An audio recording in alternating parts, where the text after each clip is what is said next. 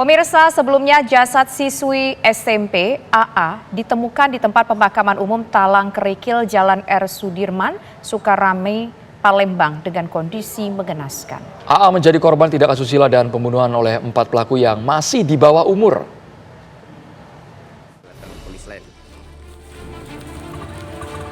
Warga sekitar Jalan Sinaraga, Kelurahan Sukajaya, Kecamatan Sukarami, Kota Palembang, Sumatera Selatan dikejutkan dengan penemuan jasad seorang remaja putri di dekat pemakaman umum Talang Kerikil, Kota Palembang pada Rabu 4 September lalu. Saat ditemukan, warga terkejut kondisi korban masih mengenakan jersey bola dan posisi tertelungkup. Setelah ditelusuri, ternyata korban adalah warga Pipareja, Kecamatan Kemuning yang masih pelajar SMP dan berusia 13 tahun. Jenazah langsung dibawa ke Rumah Sakit Bayangkara Muhammad Hasan Palembang untuk diotopsi. Dari hasil pemeriksaan forensik, korban meninggal dunia secara tidak wajar karena ditemukan luka pukulan benda tumpul di bagian leher, kuku patah, dan lidah terjulur. Ya, mulai 13 tahun. Jadi pada pemeriksaan kita jumpai dia itu kekurangan oksigen berat ya. Keluar buih semuanya dari hidung dan mulut sudah pecah. Ya, kemudian sianosis pada daerah wajahnya, bibirnya, tangannya. Itu menandakan dia kekurangan oksigen. Itu pada pemeriksaan luar. Pada pemeriksaan dalam ya itu lagi lebih nampak lagi deh. Memang ada kekerasan tumpul pada dia. Di mana dokter? Di bagian mana dokter? Di bagian leher. Nah, bisa dibilang begitu.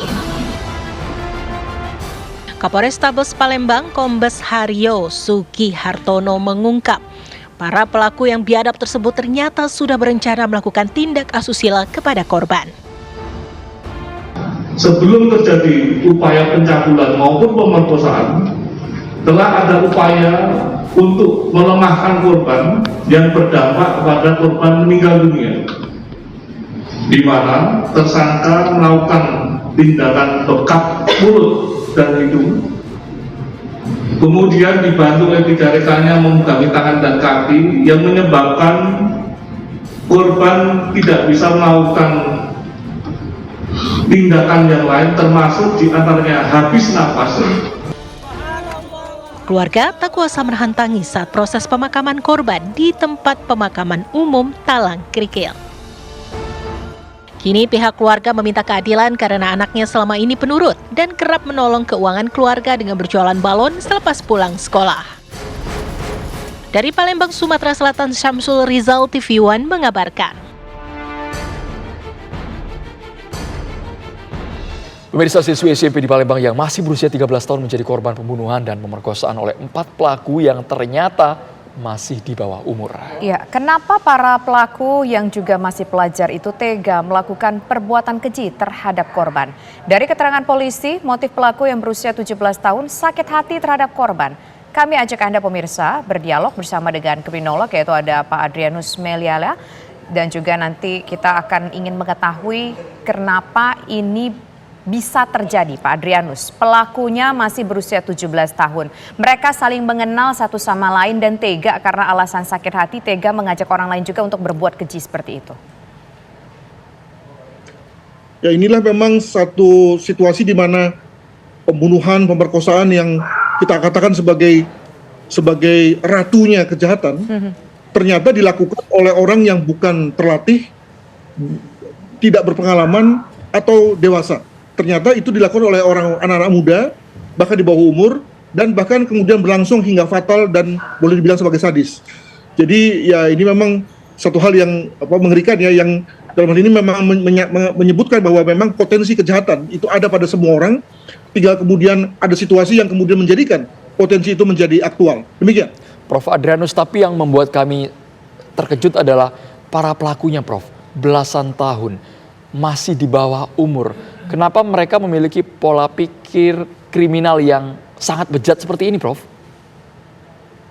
Bisa dimengerti begini, karena sebetulnya perilaku seorang anak muda tergantung pada circle-nya, tergantung pada social circle-nya. Kalau dia bergaul dengan anak-anak yang nakal, maka jadi nakallah dia.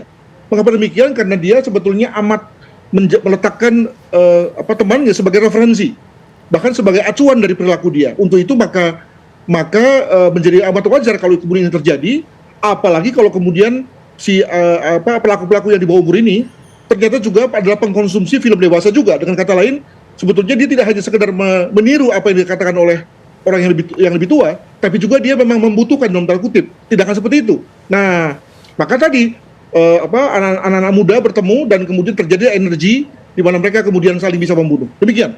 Ya. Kalau kita lihat apa sih yang mendasari anak-anak muda itu punya mental untuk melakukan kegiatan pembunuhan seperti itu? Apakah memang mereka punya kecenderungan kondisi psikis yang katakanlah tidak normal pada umumnya? Misalkan saja katakan mungkin dia psikopat atau mungkin seperti apa, Prof? Tidak. Saya amat yakin bahwa ini anak-anak yang biasa, anak-anak yang normal. Tapi tadi karena dia sudah terlanjur dewasa secara berpikir ya, karena mengkonsumsi film-film dewasa, itu yang pertama. Dan khususnya kepada pelaku yang sudah dewasa, nampaknya memang memiliki semacam keterbelakangan mental atau juga di pihak lain semacam situasi di mana takut untuk dewasa. Alhasil kemudian dia lebih merasa nyaman untuk memerintah, mengkooptasi anak-anak yang berusia lebih muda daripada dia. Di situ dia mendapatkan semacam situasi superior. Nah, maka kemudian terjadilah situasi di mana yang tua ingin mengkooptasi, yang muda ingin pengakuan, dan keempatnya sama-sama sudah butuh semacam penyaluran terhadap hal-hal seksual yang mereka saksikan. Maka kemudian jadilah pembunuhan seperti ini.